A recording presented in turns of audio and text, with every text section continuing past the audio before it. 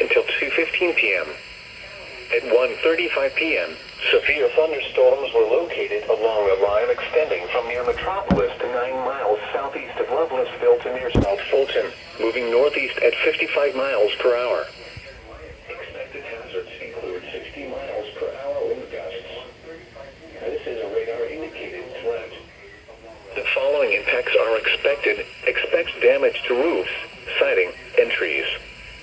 Locations impacted include Paducah, Murray, Mayfield, Metropolis, Benton, Marion, Calvert City, Eddyville, Hillman Ferry Campground, Reedland, DeMumbers Bay Campground, Lone Oak, Birmingham Ferry Recreation Area, Land Between the Lakes Area, Brookport, Salem, Golconda, Barkley Regional Airport, Burna and Ledbetter.